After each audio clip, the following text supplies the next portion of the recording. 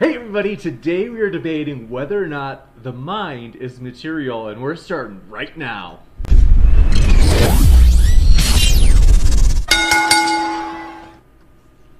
Hey friends, stoked to have you here. I am so excited. I honestly just love this. This is like, it's the highlight of my day. I'm like bouncing off the walls, pumped up. First time we've ever had this topic. It's going to be great, a great addition. So we appreciate our speakers first. We want to say thanks to them for being here.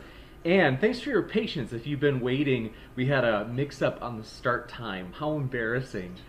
It was all Tom's fault. So, but anyway, we'll go. I'm just kidding. It wasn't Tom's fault at all. I made that up.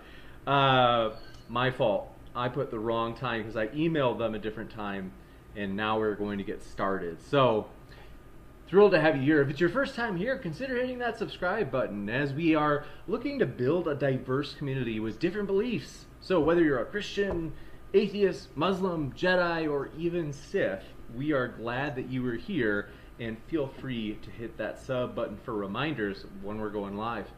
Also, our speakers have their links in the description. See, like right down there in the description box, their links are there waiting for you. So in case you're like, oh snap, this TJump is just off the hook.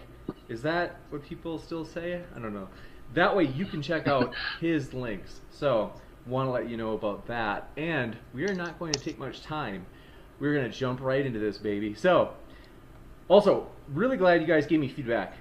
A number of comments actually have said, hey, sometimes your stream starting soon screen takes a long time. Sometimes it does. I'm really sorry about that. Sometimes it's taken like 12. I think one time it even took 20 minutes. So we're working really hard. We're going to try to keep that really short. So thanks for that feedback. That always helps the channel. If you have any other feedback, let us know, as we're always looking to improve. And with that, Praise is going to get us started. He is answering no in this debate. We usually have the affirmative go first, but in this case, we're just going to let Praise go first to give Tom time to gather his thoughts, as that was something that we decided right before going live, that we would have an opening statement. So, Praise, thrilled to have you here, and the floor is yours. Likewise, James. Well, firstly, I want to thank my brother from another mother, Johannan Rotz, for helping me prepare for this debate. P.S. I won my $100 from YouTube tag Darkin. He was a fan of TJump that bet me $100 in a previous YouTube cast. His name is Darkin. So please pay me on PayPal, which is the same tag as mine, with the gmail.com. So I also appreciate Tom, or TJump, and James for this opportunity. Saying that, I feel this debate is lopsided due to the philosophical grounding and scientific veracity in favor of theistic idealism. Therefore, idealism by way of religious naturalism is a robust and coherent position in contrast to my opponent's position. Not to mention the big pink elephant in the room, such as the hard problem for consciousness and the observer's effect.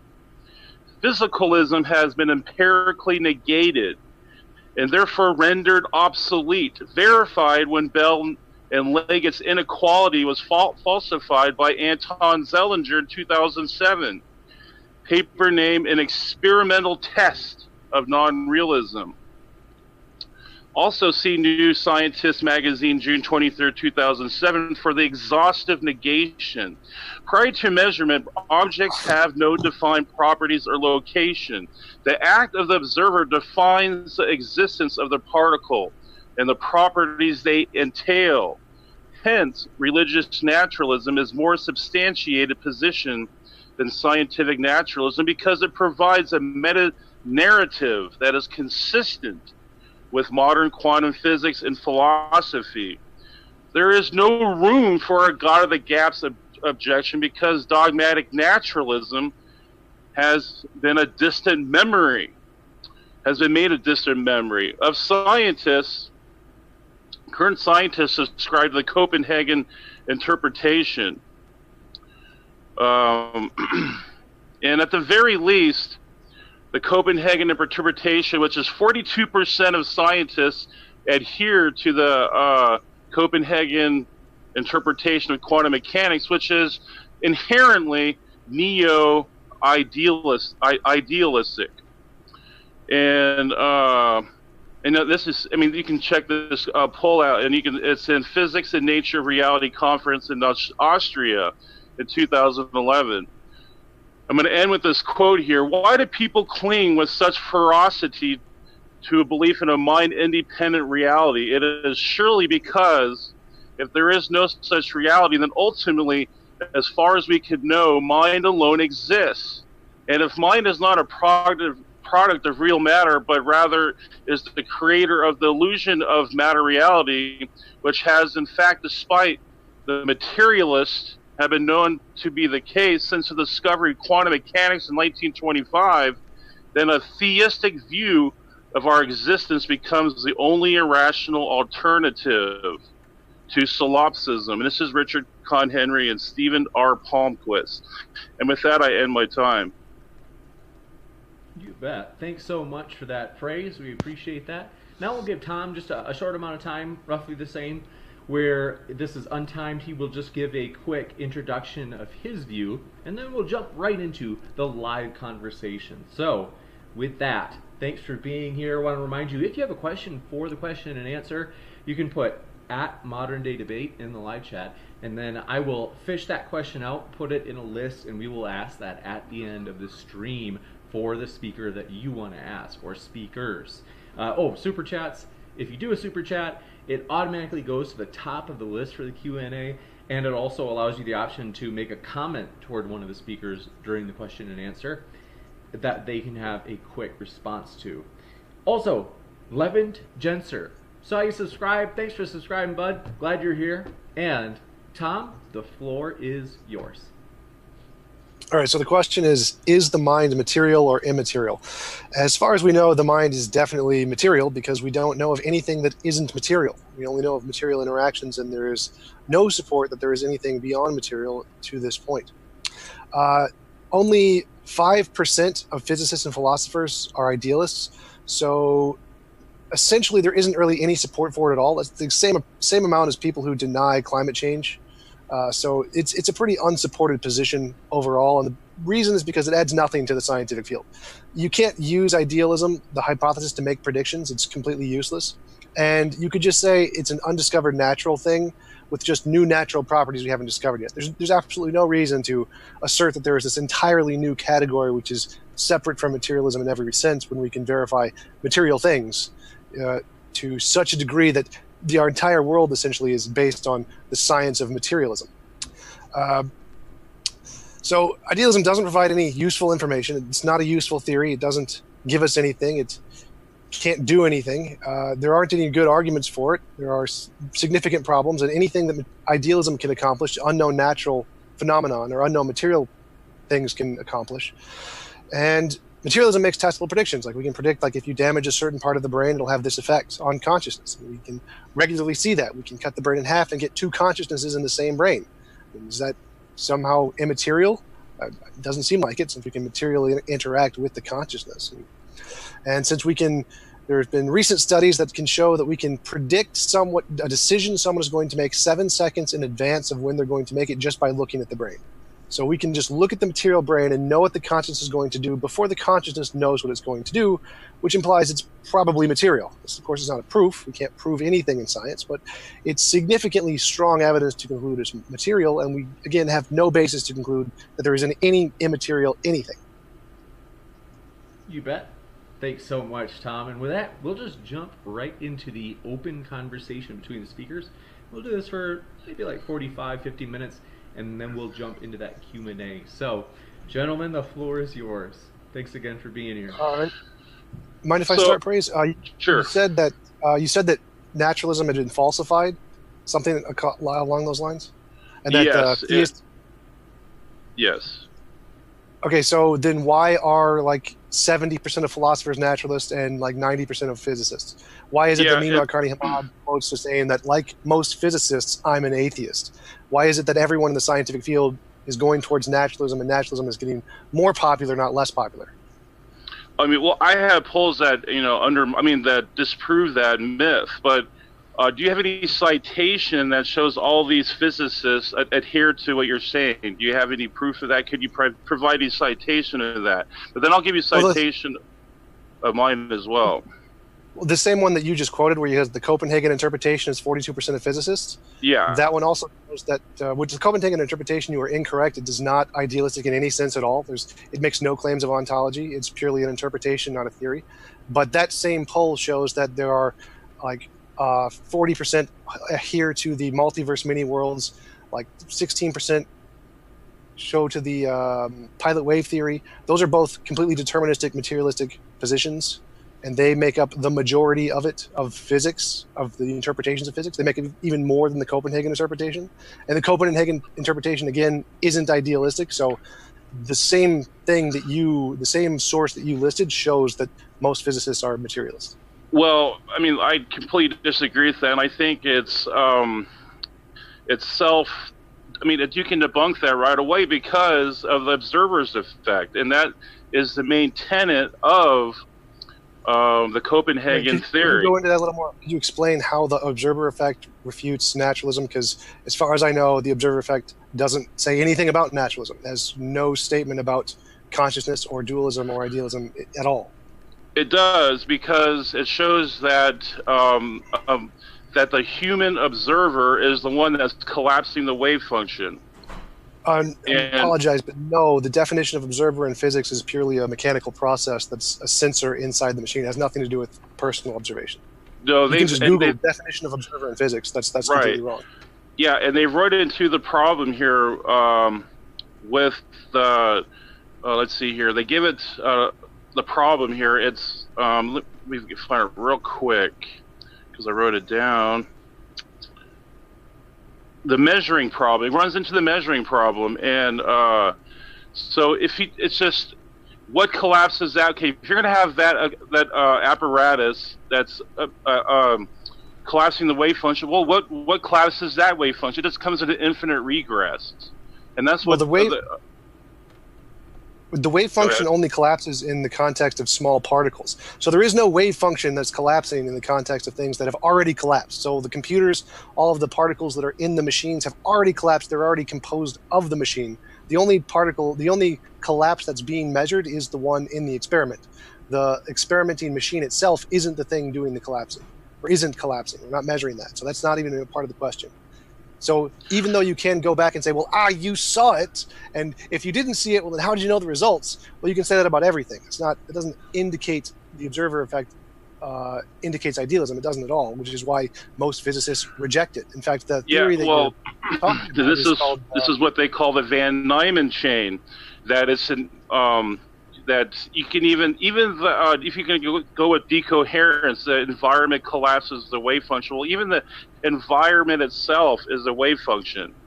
So then you just go with infinite regress. And I can show you different quotes from Fred Alan Wolf that says it has to be immaterial for that reason, which is absolutely what demonstrates idealism. Right, you're talking about the Wagner-von Neumann hypothesis, which is consciousness collapse, which was refuted by Wagner and von Neumann. They themselves said that they were wrong to apply the quantum microstates to macro states. They rejected their own hypothesis, which is why less than 6% of the polls, I have them, they're listed on Wikipedia, that's where I get them from. The polls say that less than 6% of physicists, when polled, accept the consciousness collapse interpretation of the observer effect. So this doesn't in any way refute the and that argument has been refuted as well. And lately, you can check this out on Google. When you say refuted, what do you mean refuted? Because again, the vast majority of everyone who understands the field better than anyone else in the world say you're wrong. So when you're saying that you've refuted this, you must be saying that every one of the professionals in the field is talking about? Do you have any citation to back up that claim? And also, I have citation that shows otherwise. That Wigner's friend argument. I mean, this experiment that just happened. They showed that it's the consciousness collapses the wave function. Do you even know about this experiment that just happened in this last year? Well, you haven't told me what it is, so no, I have no idea what you're talking about right now. It's Wigner's friend experiment. That again does not narrow it down at all. So it does. So again, it completely refutes your old. You can't refute anything here. Again, the vast majority of physicists reject your position. And so that's unless you're just saying everyone who understands the field is wrong, unless you're saying that everyone who understands the field is wrong, then it's not refuted because it's the majority of the consensus in the field. So that's not an option for you. You can't go down that road until you convince all of those physicists. This last year, they've debunked that. They've refuted that with Wigner's friend experiment. So no longer is that consensus. I mean, that's viable. There's nothing viable about that old hypothesis. That's been destroyed. No, they haven't. No, there's no. I'm just giving you the name of the experiment. Look it up yourself. You can do that. Again, there's been no change in the consensus. There's no effect here. There's no sweeping result here that consciousness is a thing.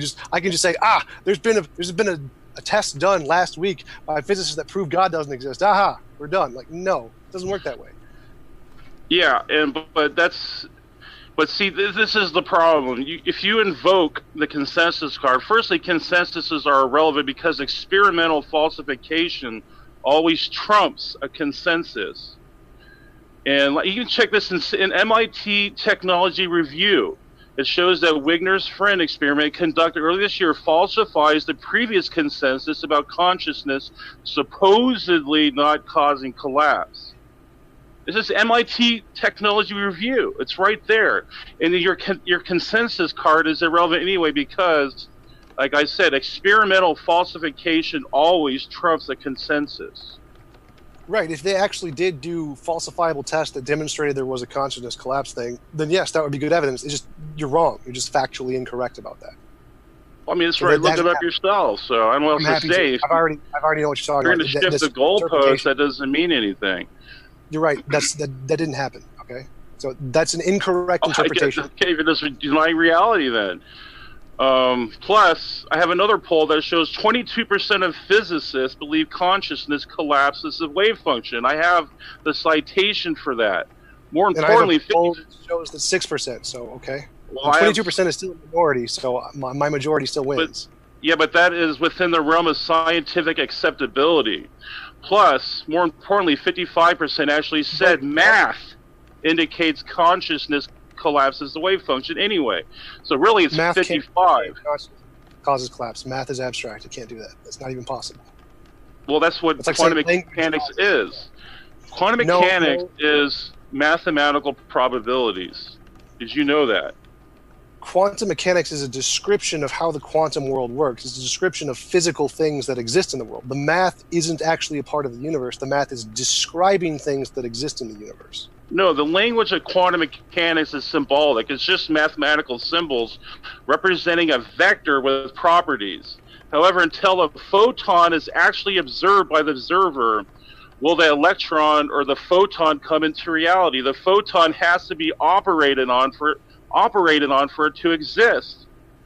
In fact, as quantum physicist Fred Alan Wolf explained in his interview, that we can call this a quantum xeno effect. Therefore, the observer cannot be material because it would lead to an infinite amount of possibilities and never a collapse. So, I mean, again, I use Henry's tap as well. That's wrong immediately because all of those different interpretations, the pilot wave, the mini worlds, the multiverse, the Copenhagen interpretation, all of those can explain that without all of the gobbledygook about consciousness, and they do, which is why most physicists aren't idealists. And again, I'm saying the observer's effect trumps what you're saying. They're your arguments there. No, the observer effect I'm giving you evidence here through the double slit experiment. Giving me nothing. You've said nothing of value. Because again, all of that is explained by the naturalist physicists, the majority of which are naturalists, and they all explain the observer effect perfectly fine without any reference to idealism. So you're just asserting these things with nothing. You've presented no evidence. You've just asserted common tests, which are explained by everyone in the field, the majority of which reject your hypothesis, and you said, I can explain it, therefore mine must be right. But no, that's not how it works. Yeah, but I'm explaining, though, that your objection doesn't work because the von Neumann chain shows that it's an infinite regress. So you're left with nothing. You're rendered it's futile what you're trying to argue. Infinite regress, dogmatism, and circular reasoning is the Grippist limit. It applies to all claims to knowledge. So that objection doesn't in any way weaken my point at all. So yes, does it end in an infinite regress or dogmatism or circular reasoning? Of course it does, just like your position does. We can't absolutely prove anything with absolute certainty, and you can always just regress it more and say, my theory could still be there with ad hoc reasoning. And then not to mention the measurement problem as well. And you run into that, you've circumvented that. You haven't addressed that. You just impose these supposed things on Wikipedia. Wikipedia is pretty useless compared to modern quantum physics. Wikipedia is a source of references. You can find the references, and the references are the important part, not the Wikipedia part. Well, let's hear them. Please give it to me. I'm giving my references. Tell me how the measurement problem indicates idealism. Because again, it's just a common physics problem. All of the naturalists explain it perfectly fine. You just seem to be asserting it has something to do with idealism, which no one accepts. Because that it's just... It becomes what becomes the next observer. What observes that? What observes that? What collapses that wave function? It just becomes, like I said, infinite regress. Yeah, and we could be in the matrix too. We don't reject the physical world because we could be in the matrix. So that's not really. I don't care about that argument. It doesn't help your position at all. Well, it shows that you have no operating paradigm to demonstrate that reality is a material. What do you have? What evidence can you show that reality is? And then that's another thing I wanted to address you. And you said that, it's an empirical fact that we live, that material exists. Well, what evidence do you have of that? What can you even demonstrate? Can you even define what material is? Right, so we can make empirical predictions and then empirically verify those results, which is not an absolute... Can you define what material is? Can you demonstrate that? No, I can come up with a definition if you want, but we define material as the things that we can measure and interact with. But again, so you're right that naturalism doesn't make up an all-encompassing answer like theism does to try and answer these absolute questions of infinite regress. We just say we don't know. That's the answer. We can. Scientists can say, there's this naturalistic pantheism thing, and it's all-powerful, and it has these laws that we just don't know about yet, and we can make up ultimate answers that prove the entire universe is purely physical, that are equally or more reasonable than theism, but since all of that stuff is unsupported, scientists don't do that. But you said you don't know, but then you're going to say that that's the consensus. I mean, that's the fundamental position. If you don't know, how could that be the fundamental position? The fundamental position is that we don't have absolute knowledge, so we only use the tentative knowledge we have, and the tentative knowledge we have is of the material. Well, then how can you say scientific materialism is the default position? It can't be, just based on your own reasoning you just said. Tom, one sec. I just want to give, praise. I just want to give Tom a quick chance to respond. I don't think he was quite done. Okay, so again, there's this tentative knowledge, this limited knowledge we have now, and then there's absolute knowledge. We don't have absolute knowledge. In the tentative knowledge we have now, materialism is more supported than anything else. That's how we do science and build planes and computers and all this stuff. Is it proven? No, we can't prove it's material, but we have good evidence of its material. We have no tentative evidence of immaterial anything, and we have no absolute evidence either way. So we have good tentative evidence of material, bad tentative evidence of immaterial, and we have bad absolute evidence for both, which means the material one is supported by everything we have, and the immaterial one is supported by nothing. You can't even define what material is, so how can that be the default position? I'm not objecting to the scientific method. I'm objecting to your scientific interpretation. I mean, your materialistic interpretation of it. So you just brought up a non sequitur that had nothing to do with what I'm arguing. Well, it sounds exactly like what you're arguing. So again, the scientific interpretation is based off combinations of the tentative knowledge we have now. We take those, we build them, put them together in different ways like Lego pieces to build a model of reality. That's what science is. I like the scientific method. I agree. I subscribe to the scientific method, yes. But what you're talking about is another issue. You're trying to say that mind is material and reality is material, but you can't even define what material is in the first place. You can't even demonstrate that objectively. So your position is self-refuting. Anything objectively. We can't ever demonstrate anything objectively. That is the absolute knowledge, which we have no absolute knowledge. All we have is tentative knowledge. Yes, I can define material. Material is the stuff that we can physically interact with. There you go. I created a definition. Stuff. So you're calling it stuff. Right. I'm calling it stuff. Stuff that we can interact with. We can demonstrate. Yes. Well, I mean, if you want, idealists have this. I mean, okay. Do you think idealists can still interact with stuff? So, I mean, that to me is useless. That's an irrelevant argument. Well, how do you interact with idealist stuff? Like, how do I touch the consciousness stuff? How do I move it? It's your will. Everything is driven off your will. There's. I can't touch my will. How do I touch the consciousness stuff? Well, that's a circular argument. I mean, to me, that also begs the question. Just because you think it's supposed to be physical doesn't mean it has to be physical. Okay, let me put it to you a different way. If I imagine a unicorn, I don't experience a unicorn in front of me. There's some difference between my imagination and the things I'm experiencing. I can use some method to differentiate between these two called the scientific method. I can scientifically demonstrate there is not a unicorn in front of me because it doesn't make testable predictions. I can't verify it empirically with any kind of methodology. Therefore, it's imaginary. Now, can you give me a way to tell that your explanation isn't just an imaginary unicorn like the scientific method? How do you differentiate it from imaginary? Because quantum mechanics shows that an immaterial observer has to collapse the wave function. Like, given arguments for that. That's made up. That's totally made up. Again, 6% of physicists are idealists. So again, that does not in any way support your conclusion. Actually, it's 22, but anyway, 50% say math collapse, or with math allows consciousness to collapse the wave function anyway. That sounds like completely made up nonsense. Please provide your source.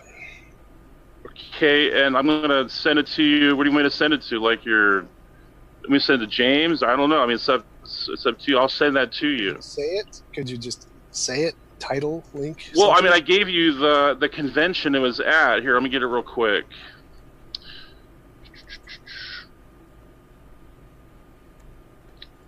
Let's see. In the meantime, I just want to take a quick second to say, Diomi, thanks for subscribing. We saw you did, and we're glad you did. So, a reminder, whether you're a Christian, atheist, or any of these strange creatures in between, we're glad you are here as we are trying to build a neutral and you could say thought diverse community here.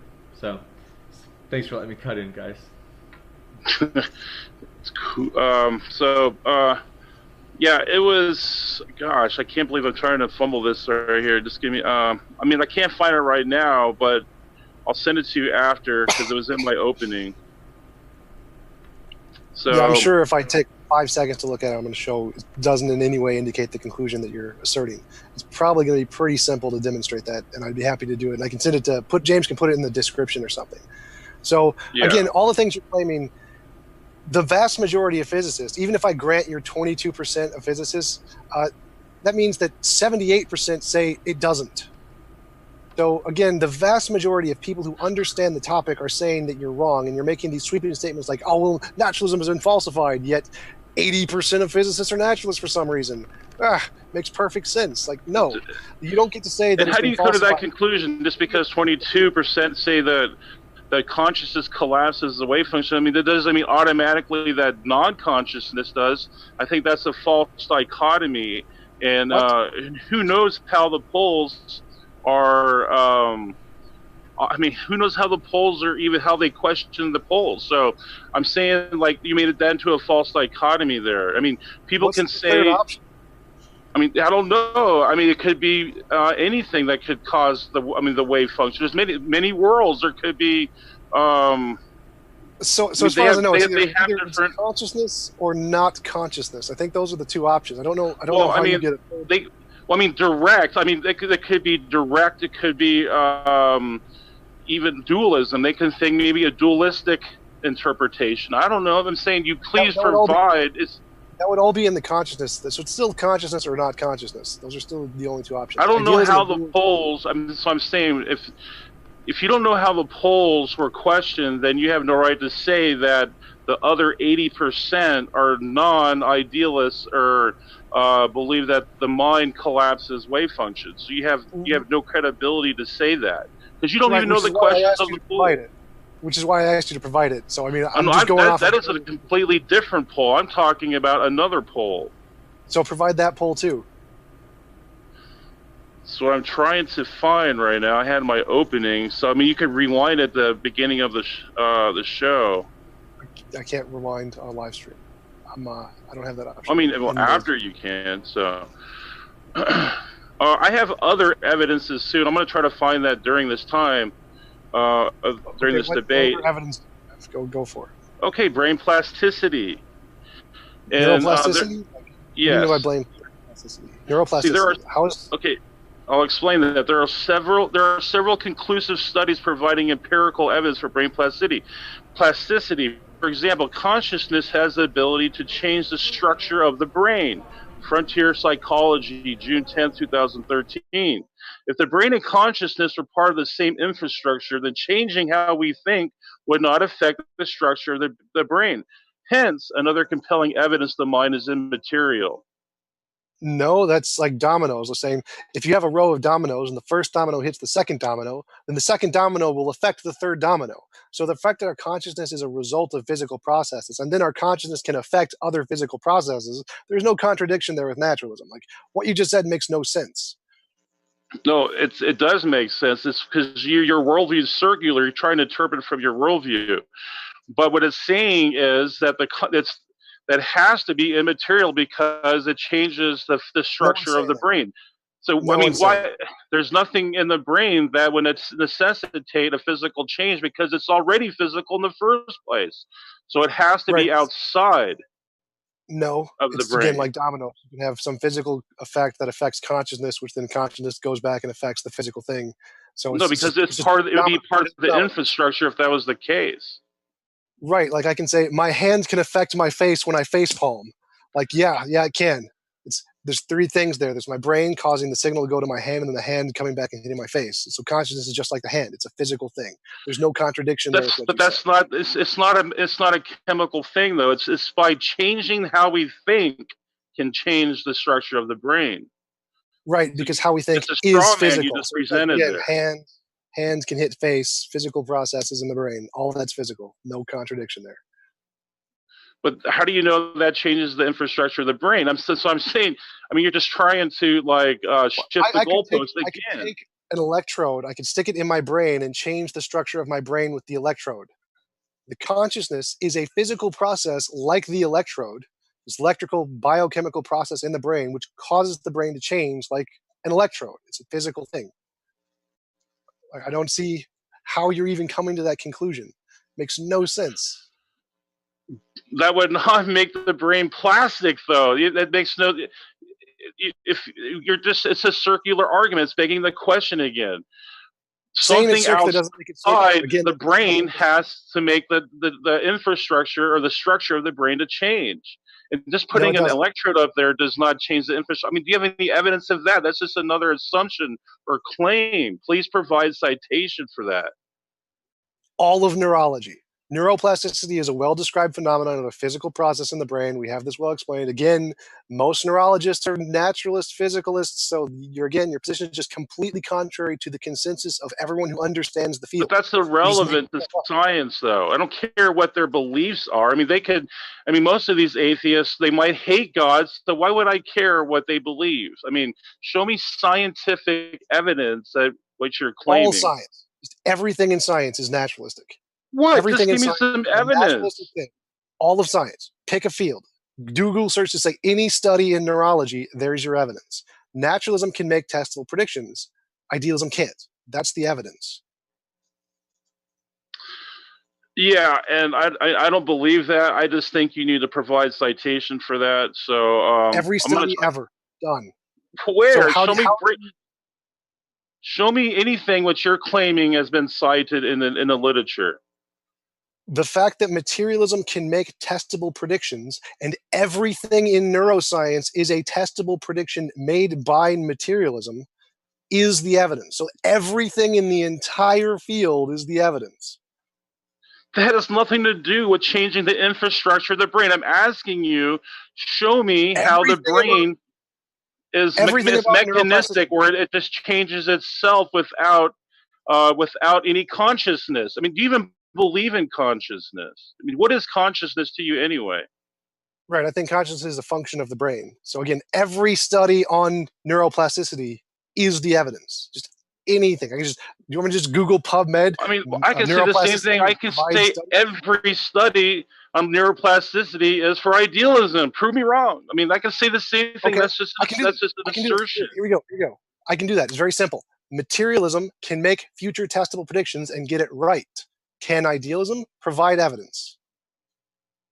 So that's the name of the citation, or is that you're just blabbermouthing something that you wanted to say? I don't know. I mean, give me a citation, an article, a peer-reviewed article, or something that demonstrates what you're claiming.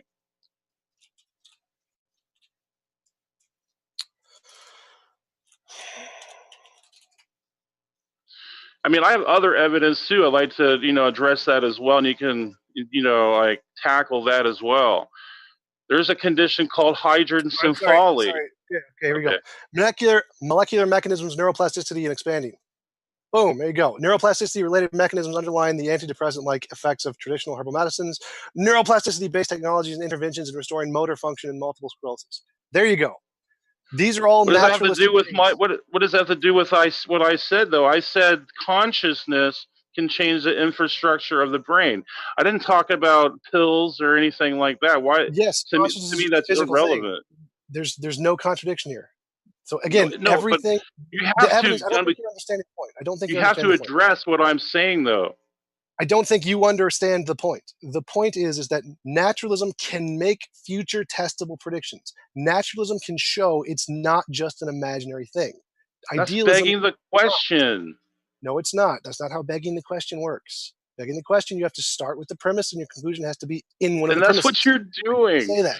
Where? Show where my conclusion and premises are the same. You're starting with the premise, naturalism is true, and then you're ending with the premise because naturalism is true. Nope. I said I can tell the difference between something in my imagination and something with my experience. To do this, I can make future testable predictions. Using naturalism, I can make future testable predictions. Therefore, naturalism is not something in the imagination. None of those premises are naturalism is true. So no, it is not begging the question. So my question to you is, can you use idealism, assume idealism is true, make a testable prediction, verify it with experiments? Yes, and this is a double slit experiment. Experiments, we've already done that. You can't use that. Yes, I can. I even have citation where people have done it. It already has happened. Consensus in the field says you're wrong, so that doesn't support your conclusion. Well, I have consensus that show your consensus is whack anyway. I gave you Wigner's friend. Which doesn't help your position at all. So again, you can list things in physics, but again, everything in the field of physics confirms my position, since the majority of people who understand the field support my position and all of the evidence for it. So it doesn't help your position to list. That's a claim you haven't substantiated yet. You could just Google anything you want. Again, the polls on the von Neumann-Wigner Wikipedia page show this. 6% of people polled accept that consciousness collapse has anything to do with. That is false because it's 22%. You can look at the data. But you still haven't shown the parameters of that poll. What kind of questions were even asked? What kind of options were given? And I think you can go look that up if you straw man. Feel free. Even if I accept your 22%, you still lose because that's 78% say you're wrong. But like I said, how do you know the parameters of the poll? You're questioning your own polls and your own evidence. If you wanted to present evidence that your interpretation is correct, it would have to be a majority to show that isn't the case. And you haven't provided them. Well, the majority believe math can cause consciousness to collapse the wave function. It's complete 57%. Bullshit. No one believes that. Nope, that's wrong. And I'm happy to prove it to you. Send me the link. I will read it in 5 seconds. I found my citation. It's Quantum Physics and the Nature of Reality Conference in Austria 2011. There's your citation. What is the claim? What is the name of this study? That no, these are a poll. This is not a name of a study. It's a poll. Yes. The name of the poll. You just listed a conference, but you didn't name the name of the poll, who published the poll, the year it was published. 42% adhere to the I can't just Google the name of Copenhagen. the name of the conference and find the poll. You have to give me something about the poll, like the ISNB or some kind of citation number. I can't just Google the conference and then find the poll. It doesn't work that way.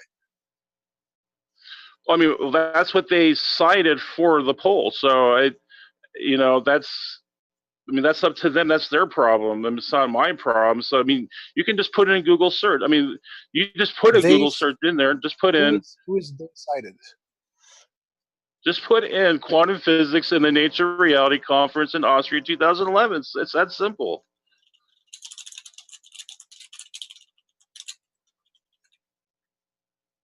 Okay, I did, and there's nothing about a poll here. What am I looking for? Looking for the Copenhagen. You said they. Who are the people who did the study? Who are the people who did the poll? These are physicists. This is actually, it was produced by Zellinger. Zellinger, that helps. Poll. How do you spell it? Zellinger. Zellinger.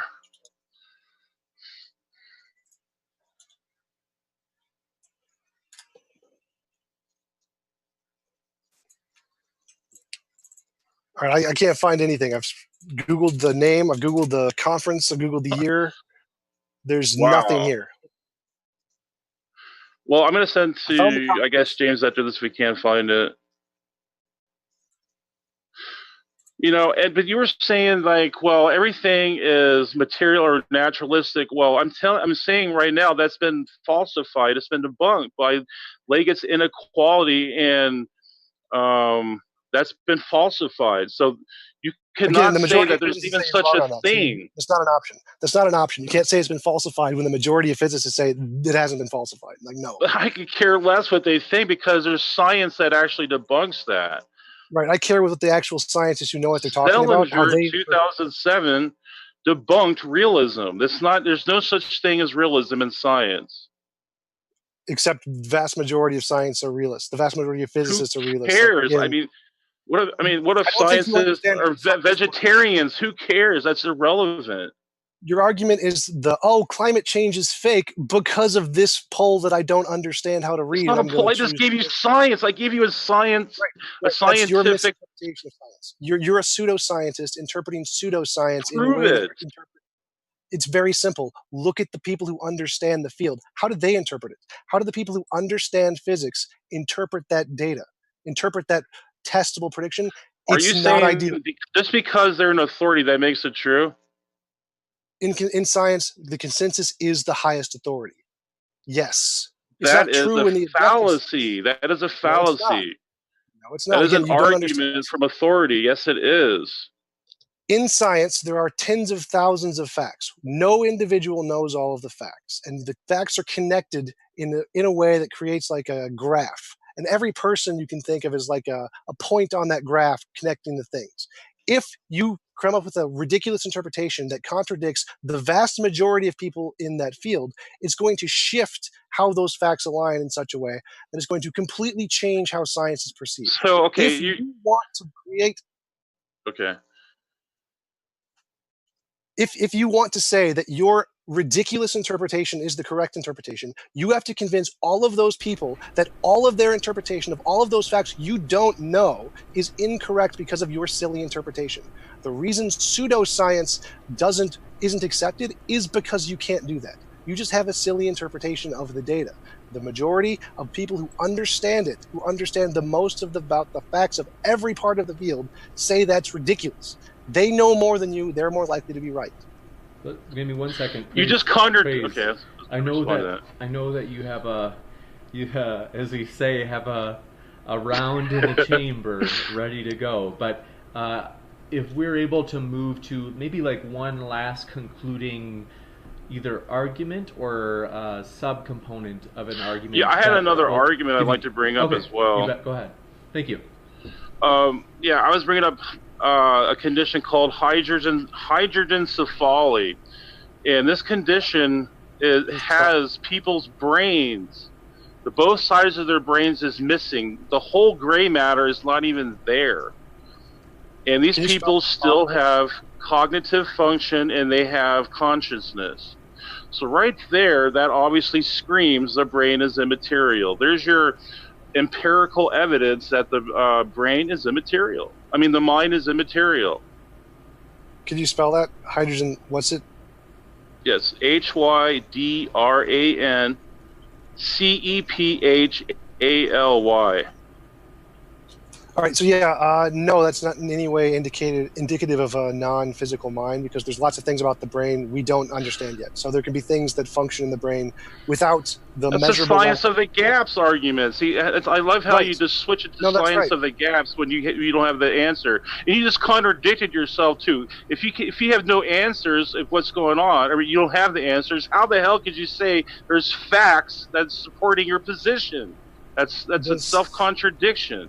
If you see a white goose, white goose, white goose, white goose, white goose, and you don't know what the next one is, and you say white goose, that's called induction. That's completely reasonable. That's not a science of the gaps. That's just science. Now, if you see white goose, white goose, white goose, white goose, white goose, and say there's a black goose in the next one, that's a black goose of the gaps. That's your position. Science is perfectly reasonable to say the next result is going to be natural, because all of the previous ones have been natural. Everything we've ever discovered about the world. But you don't even know what natural is. You can't even demonstrate Praise. natural exists. Crazy. Yes, we can. You gotta Okay, my bad. let Tom jump finish really quick, and then we'll come back to you, I promise. We can come up with any definition we want for naturalism. It's just the stuff we can interact with, test, and variably predict. If you want to say that there is something other than that, something that is sufficiently different from the stuff we can already verify, you need to come up with a definition, not me. We have the verifiable stuff. We don't need this magical definition you're asking for. Okay, like I said, naturalism, what they call realism, was debunked by Anton Selinger. Even his paper, look it up, An Experimental Test of Non-Realism. Also, see the New Scientist magazine, June 23rd, 2007. And these experiments debunked realism. There is no such thing as naturalism. Period. There's nothing objective about reality. You have no scientific basis to show otherwise. The climate change was debunked by Al Gore. Oh God, we're done. Oh, what are the scientists going to do? It's been debunked. Well, we just. You ever heard of Bell and Lingus inequality? They were falsified. Look this stuff up, man. It should be right there, your fingertips, but you don't want to because it contradicts your worldview. Oh God, science and medicine have been debunked by alternative medicine. What are we going to do? Oh, the science is just going to have to retire and just go home. I guess that's not real science because you declare it's not science. Okay. Just asserting that it's been debunked when the majority of the field reject your hypothesis is evidence of nothing. Yeah. That's exactly what the homeopathers and. Why would I care what Hoover does the consensus anyway? I mean, show me science. That's what matters, not a consensus. When I go to the doctor, I want a doctor who knows what they're talking about to operate on me. I want the consensus to use verified medicine to treat me. I don't want some kind of nut job interpretation of ridiculous nonsense. No thanks. So it's true because it's true. So it's true because the consensus says it's true. Yeah, fantastic reasoning there. No, it's not true in the absolute sense. It's true in the empirical demonstrable sense. If we can empirically demonstrate it, what I'm going to go with the proof? Show me the empirical proof. Sorry, always get you guys mixed up. Praise, if you can do me a favor and just let Tom Jump finish that last one. I appreciate your spiritedness and that you're passionate. I'm just trying to invoke. I mean, I like to test people and make them think for themselves. And if I come across as a little bit belligerent, I apologize for that. I promise we'll give you a response. No, I enjoy it. I love it. Don't stop being belligerent. It's awesome. So again, when I go to the doctor and I get treated, I'm going to go with the consensus, not some whack job theory, because the consensus has been tested and demonstrated and verified to work. So that's why, consensus isn't absolutely true. We can't prove it's true, but it's more likely to be true than anything else we've got because we can demonstrate it. Okay. Like I said, consensuses are irrelevant when it comes to testing and, like I was mentioning earlier. To me, that's a circular argument. It's begging the question. It's not just the test. You have to interpret the data in a way that indicates one conclusion over the other. If you were right and that the test does indicate like a non-physical consciousness, then it would be interpreted that way by the majority because it actually indicates that. And how do you know they don't have a bias? Everyone has a bias. That's the reason we use a consensus. Exactly, and that's why science trumps what you're saying. No. All of science is interpreted. You have to interpret it. You can't just read data and data is the answer. No, it's all But you interpreted. just said everyone has biases. Yes, everyone does have biases. So that makes consensus irrelevant. No, that's what makes consensus relevant, is because everyone has different biases. And so the biases cancel each other out to leave the most likely thing to be true. I mean, that's special pleading to the max. I just don't see how you can come to the conclusion like someone has a bias and all of a sudden it makes it true. That's special pleading. No, like if we have 10 people in a room and they're all biased because they all have one theory that they think is right and everyone else's is wrong. Now, if they come together and there's one theory that actually works to do things, then it doesn't matter what their biases are, because the one theory can be demonstrated to work better, so more people are going to adopt it and not their own personal theory. So the biases cancel each other out when you have a large group. That's why you have consensus. That's why consensus is important. It filters out the biases. Experimental falsification always trumps a consensus. Period. No, experimental falsification has to be interpreted by people who read it. So it is the science with the interpretation. You can't just have tests. They don't just exist on their own. They have to be interpreted. So the consensus is, again, the highest authority in science. Okay, what proof do you have of those consensuses, what they interpret, how they interpret that their interpretations are right? We don't have proof of anything. All we have is the testable reliability. That's it. We don't have proof of anything. Now you're just going right. You're changing your view. Now you're saying that the experiments are more important than the consensus. Then you change it to the consensus. So what is your position? I don't understand what you're saying. I've contradicted. What have I contradicted? Okay, 1 minute you're saying that consensus, what they say is important, and then when I challenge you on the consensus, you change it to, well, it's what the experiments say. So what is it? They can't come up with a consensus without the experiments. So they're not like they're sitting in their rooms and just thinking about a consensus. They look at the experiments and then interpret those to the consensus. So it's both of those together. You can't just have the experiments don't just exist on their own. They don't just determine truth because of the experiment. You have to take the experiment and put it in the context of how it relates to all of the web of belief, as W.V. Quine put it. It is the consensus of the facts of the experiments. Like, I don't know what you're not understanding here. Okay, I'll ask that question again.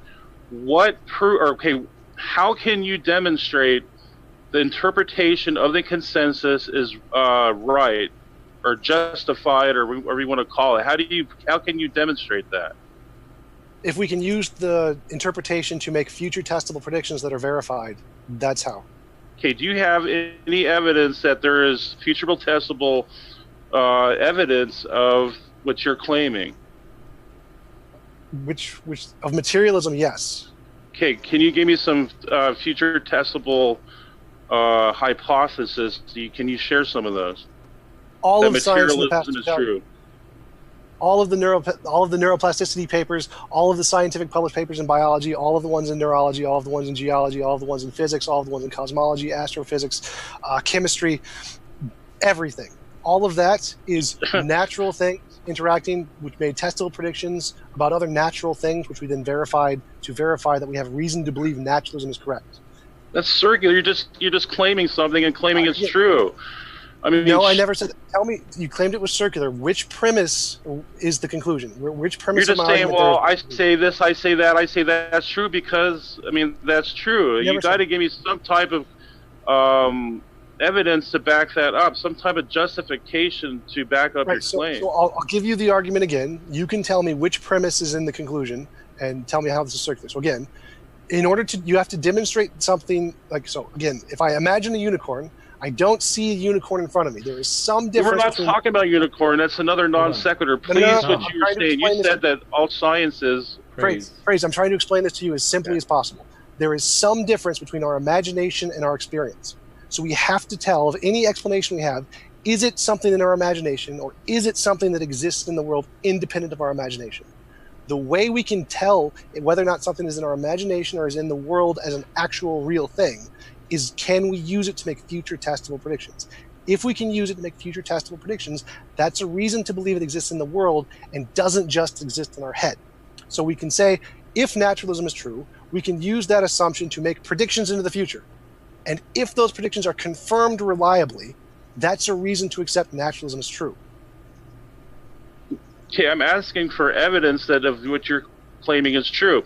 I mean, some type of citation, some type of link or resource or source, something that you can show to demonstrate this is true. I mean, you're just. I mean, it's just like I was saying earlier, you're begging the question. You're starting from the same thing and just making it. If you want to claim begging the question, you have to tell me which premise is in the conclusion. If you can't do that, you can't claim begging the question. Because you're saying naturalism is true, that means, well, that I gave you the whole argument. I never said naturalism is true in any of those statements, only in the conclusion. So which premise is in the conclusion? But you're starting with the premise, naturalism is true. Yes, you started with that premise. None of my premises said that. Which one of my premises said that? You can go back, go rewind the video, find which premise says naturalism is true. You said, I heard you say that. You said naturalism. If we start with naturalism is true, then that means that we have testable and hypothesis in the future that it's true. No, I mean, that's circular. No. I'm saying for anything ever, we have to tell the difference between it, whether it's imaginary or whether it's a physical thing. Is it something we made up, or does it really exist? That applies to naturalism, that applies to supernaturalism, that applies to God and unicorns and leprechauns and idealism, to everything. Is it something that is real, that exists in reality, or is it something we made up in our imaginations? To do that, we need to be able to use it to make testable predictions. If we can make testable predictions that verify it, we have a reason to believe it exists in reality and isn't something we made up. We can do that with natural things, with materialism. We can't do that with idealism. That's the evidence. Okay, but I showed you evidence there is no such thing as naturalism in the first place. It was falsified. Again, that's just wrong. We're gonna jump into the Q&A. Praise, I know that you want to give a response, and I'm sorry for cutting you off. It's all good. We are going to jump into the Q&A, and we will read off your questions. Excited for these. So, what we have first is Super Chats. Thanks so much.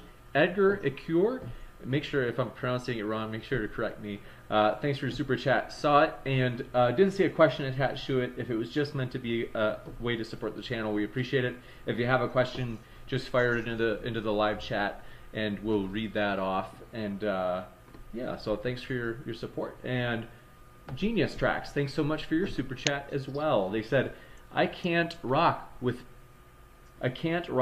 praise. His whole argument is conjecture regarding things he doesn't understand and qualified folks disagree with. Praise, if you want to give a response, you are welcome to.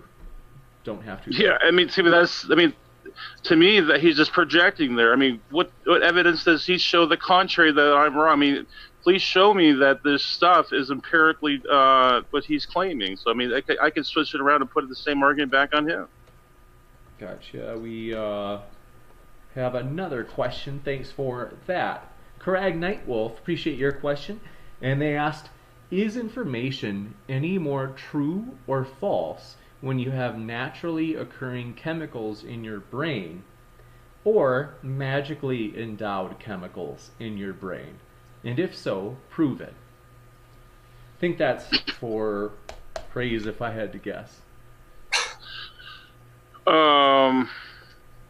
Yeah, like, to me, magic is a buzzword that atheists like to use. The traditional definition, you mean sleight of hand or something. So I don't even know how that's relevant. I don't even know what he means by magic. Does he mean like supernatural? I mean, he needs to clarify that. Yeah, and information too. I mean, I don't understand what he means by information. Does he mean like, like in your cell, or? I mean, I could even go into digital physics, and information is fundamental in the universe. It's not even natural process. So what you mean right there debunks your position, TJump, right there. So, I mean, there's plenty of citation I can show that. Information in physics is a physical property of matter. It's not actually No, it's not. You can just Google the definition of information in physics. Leonard Susskind, one of my favorite examples. No, it's just a property of matter. It's not actually. It's code. Nope. It's just a description of a property of matter. It's like spin or matter. It's not fundamental. Yeah, but Ben, I think his name was Ben with Next. Praise, forgive me. I know that you got a response. Ben Gates. Yeah, Ben Gates debunked that. We next we will go to the question from Walter. Oh, actually, Genius Tracks. Thanks for your question, Genius Tracks. They asked, for praise, do you think with your mind or think with your brain? Or is your brain your mind? And how do you well, we'll go to, let's see, we'll break it up because there's two questions here. So we'll let you give a response to that, and then we can get to the next part. I believe that the brain is actually in the mind, and I think there's, I mean, it's pretty compelling evidence out there that shows mind is fundamental. The double slit, even though there's even another double slit they did with the delayed double slit, even in space. It was the delayed quantum eraser. Right. And they even did this in space, and it still shows that the mental observer is what collapses the wave function. I mean, there's no amount of evidence you can show that shows this to the contrary. I mean, I'm waiting for that evidence. Gotcha. Right, we can't show that it's not caused by magical leprechauns either, but we have the better explanation because he makes testable predictions. Circular. We are going to go to the next one. Walter White. Thanks for your question, Walter. And he says, did you mean Anton Zeilinger? Forgive me if I'm mispronouncing the name. And he said, how did he prove mind over matter? I'm not sure who that's for. The Zeilinger studies? Yeah. Okay.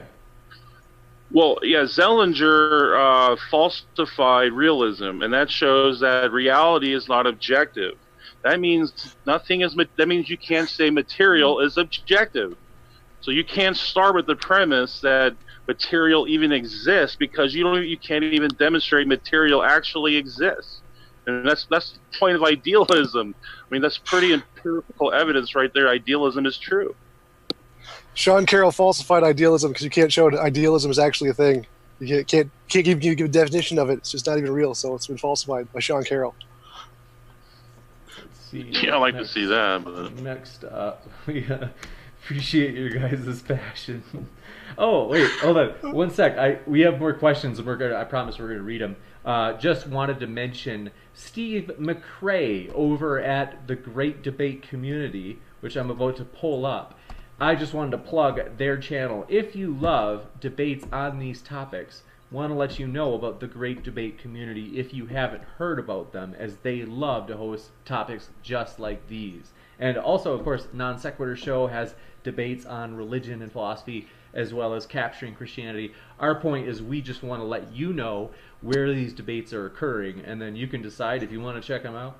Whether you're here or at another channel, we want you to know about where those debates are so you can enjoy them. So, TJump's channel too. That's a good one. Oh, that's right. Sorry, TJump's channel as well. TJump's channel is basically nothing but debates. And if you enjoyed this, you're like, oh snap, Tommy's a good debater. Tommy Gunn only fights in the ring.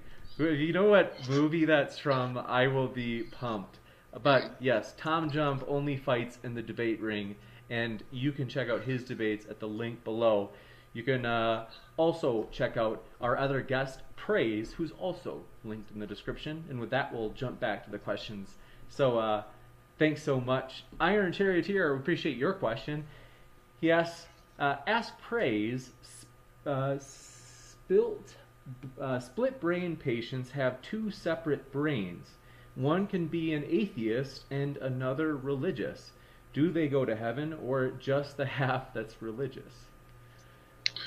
Yeah, and I can address this, and the way we explain it as the brain is a computer. If the computer has a glitch in it, it doesn't change the immaterial or conscious. I mean, the immaterial. What I say is consciousness is immaterial. That doesn't change that, or the spirit. And they do go to heaven. And you read Deuteronomy 139. It says those are like children, or even children themselves, children like or children in the mind, go to heaven. And you can read this in Deuteronomy 139. Jesus said the same thing. Wait, so does that mean if there's even a tiny part of my brain that believes in a God, that I get to go to heaven? It depends if you have a real like a psychological disorder or mentally ill. Then yes, God doesn't hold that against people. Unlike Calvinists, what they claim. Gotcha. we have another question from Midwave. If I'm pronouncing it right, let me know. If I'm not, let me know. They asked, have you... Have you or science observed or experienced matter? That's a question for TJump. Yes. Great question. Yes. Gotcha. Electrons, protons, neutrons, atoms. So when is it a quarks, proton? When it's spinning? Is the proton spinning or the electron spinning, or when it's not spinning at the same time? When is it an electron? When it interacts, it's an electron. That's all. It's the interaction itself, which is what causes it to be matter. Let's call the class of the wave function. Which is purely explained by naturalism. So yes, it is. It's natural and it's matter. It can't be by definition. Oh gosh. Got a next. Yes, matter can't be matter by definition of not. So it can't collapse the wave function by definition. Got hold on. Sorry guys, I don't mean to cut. I know you got a response, Tom. Just Patient Beard asks, question for praise. Good to see you, by the way, Jared. Jared's been on the channel debate a number of times. I always, have you guys ever seen that debate with Patrick and Jared? That was awesome. Okay. Patient Beard asks, for praise is, if everything moves by my will, how do I blow up the pineapple with my mind? Yeah, and that to me, that's a distortion of idealism. It just means that you have control over yourself and your mind. It doesn't mean like we can, move planets with our mind, or anything like that. So I think that's kind of a straw man there.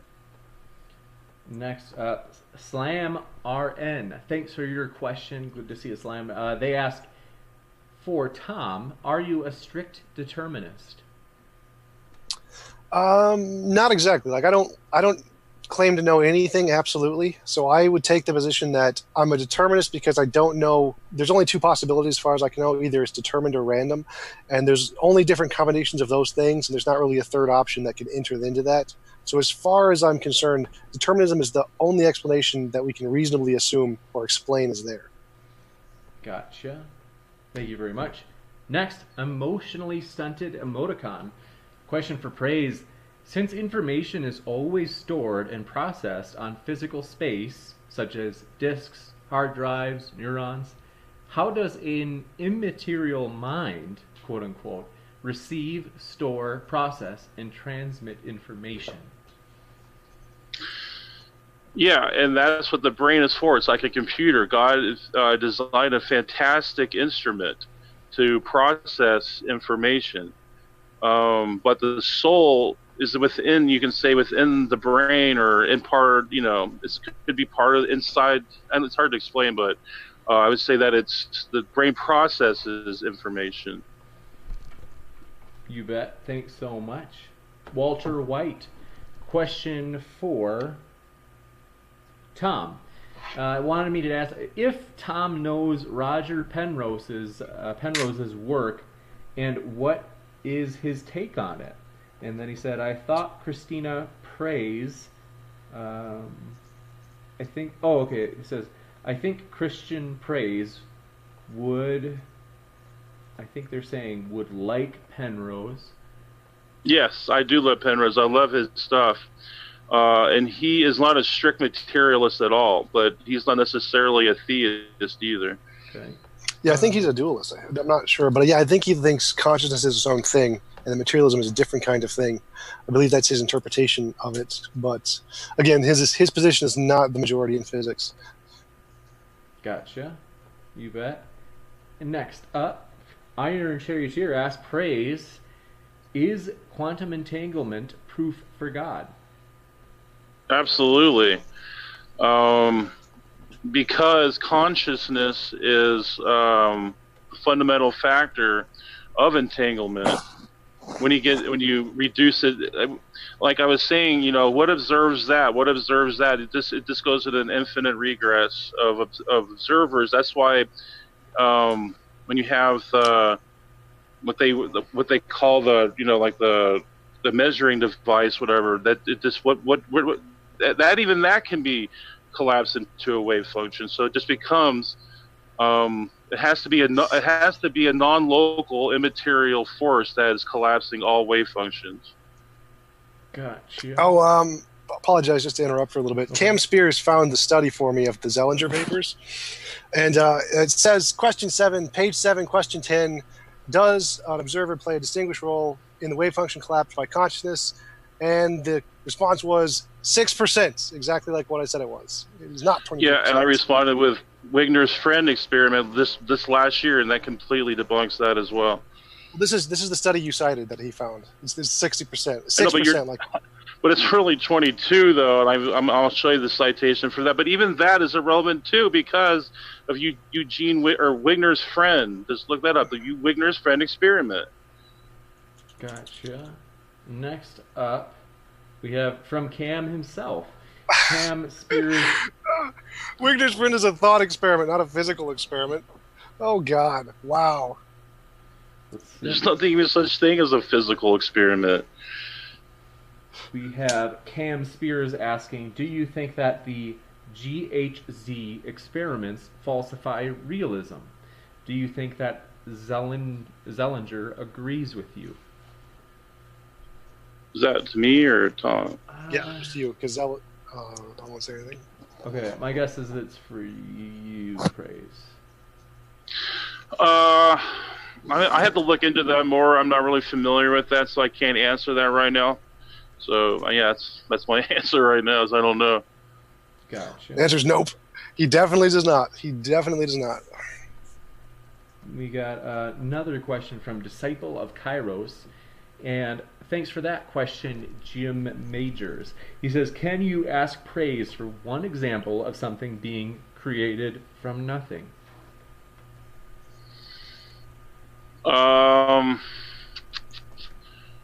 Yeah, he's going to have to define what nothing is. Does he mean the philosophical nothing? Or does he talking about Lawrence Krauss's nothing? You know, for Lawrence Krauss's nothing, easily God could use quantum mechanics to bring, bring upon, the material, or what we call material would be a simulation in the reality. So, absolutely, through the mind.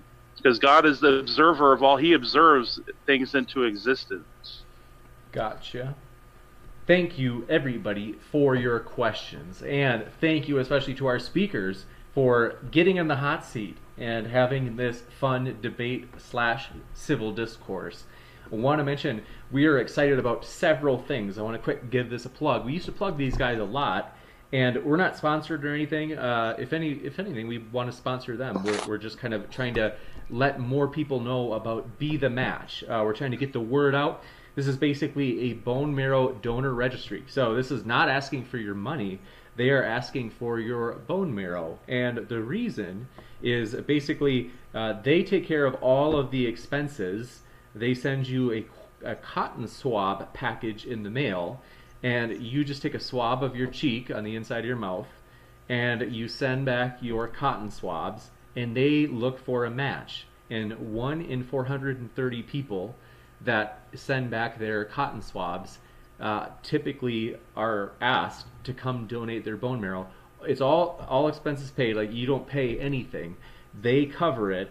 They're just looking, like I said, for bone marrow, and it's used for people with leukemia, which is basically cancer of the blood. So this is something that saves lives. It's a huge deal. We are just stoked about this program, and this is one also that we think everybody would agree with.